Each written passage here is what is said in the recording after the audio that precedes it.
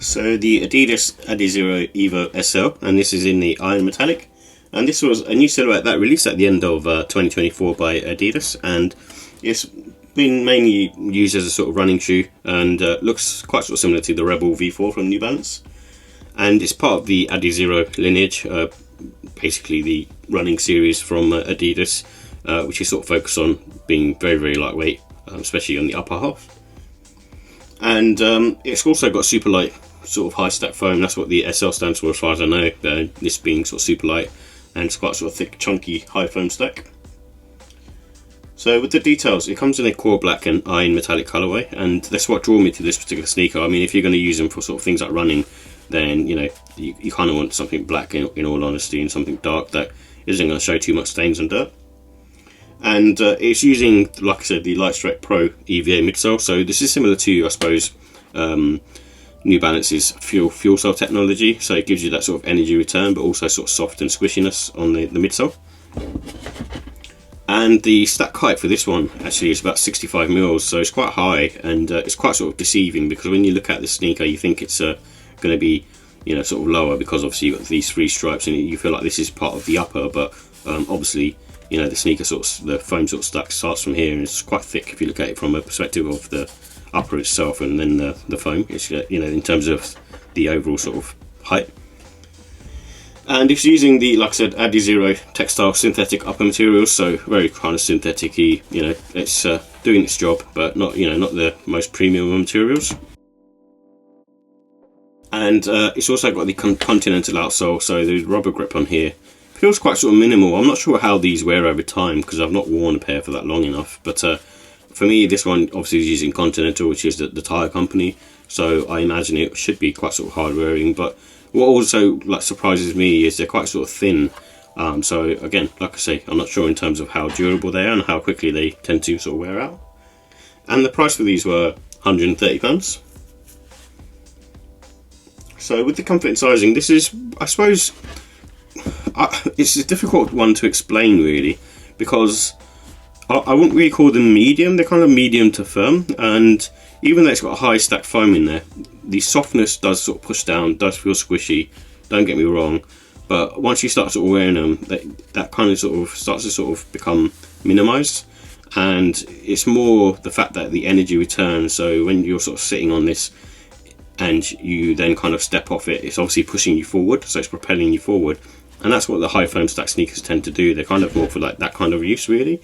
That's not to say that they're not soft or squishy, which they are. They're probably more so. Probably similar to, like I said, a Rebel V4. In all honesty, I think those two particular trainers, this one and the Rebel V4, are sort of interchangeable to me.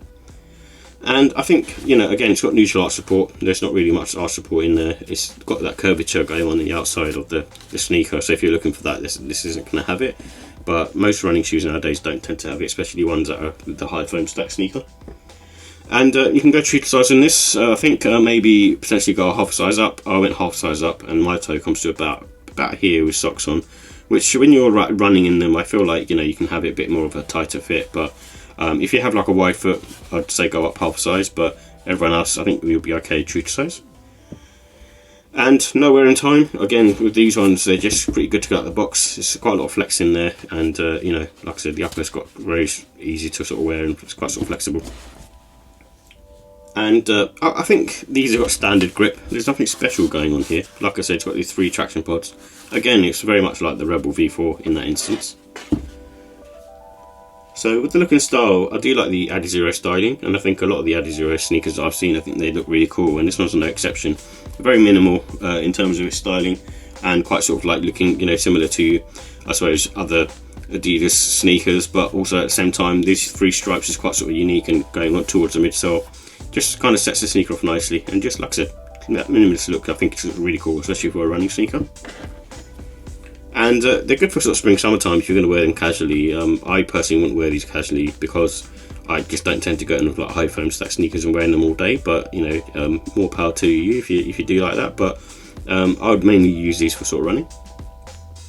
But at the end of the day, it is a good casual wear sneaker as well if you did decide to wear them, more for sort of lifestyle wear. And it comes with the black laces, but you can also put in a pair of white or grey just to kind of match the upper. So with the final thoughts, I do like the upper design. I think that's really cool, and I've done a really good job with that, and I actually really appreciate it. And also like the fact that they're really lightweight. They feel very lightweight. You know, probably one of the lightest sneakers that I've felt in hand, and maybe even potentially more than the Rebel V4. And the price, I think they've done a good job on the price at £130. You can't go wrong with a pair of these, and obviously if you're using them for running, it's not too much of a bad price to pay for what you get. And I also like the comfort level as well. It's a little bit kind of unstable, I guess. But overall comfort, again, like I said earlier, it does feel nice on foot, and you know, I'm not going to knock it. And if I didn't have the, say, the Invincible runs, then I'd definitely be after a pair of these instead, or the Rebel V4s. So with the ratings, I'm going to give the look and style a 5 for a running sneaker. Just simple, and just looks really cool and really sort of unique and quite sort of sleek design. And the comfort, I'm going to give it a 4. I don't think it's a 5. Again, I think it's all subjective, and you might find them to be the most comfortable sneakers ever. But for me, I don't get on with like high foam stack sneakers. But like I said, if I'm using them for running and I'm running in a straight line, and these are sort of perfect for that kind of stuff. And the quality, I'm going to give that a 4. It's not like using amazing materials, but overall it's a nice job. And the pricing, I'd give that 5. I think £130 is probably the one to get in terms of sneakers. I think if I was in the market for another pair of running shoes, this is definitely, you know, what I would gravitate towards. And that's why overall I'm going to give the score a 5. I think, again, a very cool sneaker.